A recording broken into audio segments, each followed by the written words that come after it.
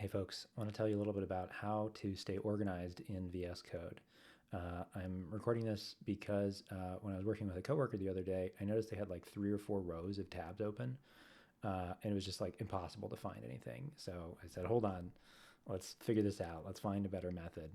And I told them about a couple tricks that I've picked up over the years and some extensions and ways of doing things that will make this way easier.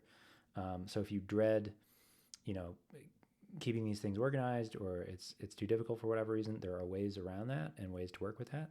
And the first one is an extension that I love called not go to spec working sets.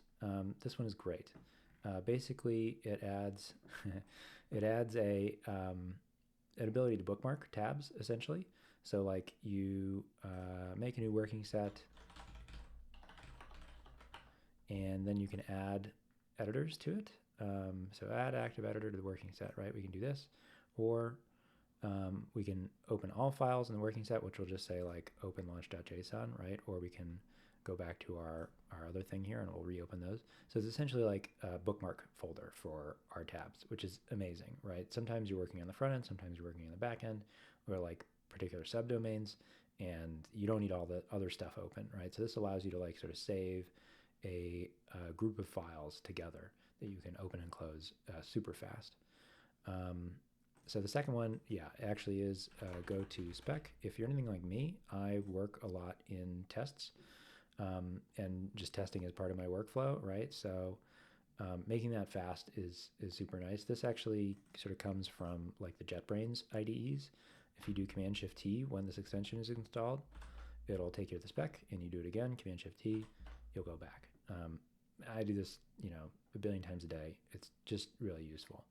And then the last piece here is it does require a little bit of work, but I like to keep my tests on the right and my implementation on the left.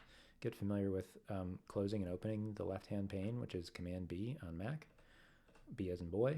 And then what I really like to do is like be pretty meticulous about the order of things, right? So like the implementation file number 1, test number 1, implementation number file number 2, test number 2, right? Keep these in the same order, and it will just like really, really help you. And if you don't have a big monitor, you can, move things back and forth.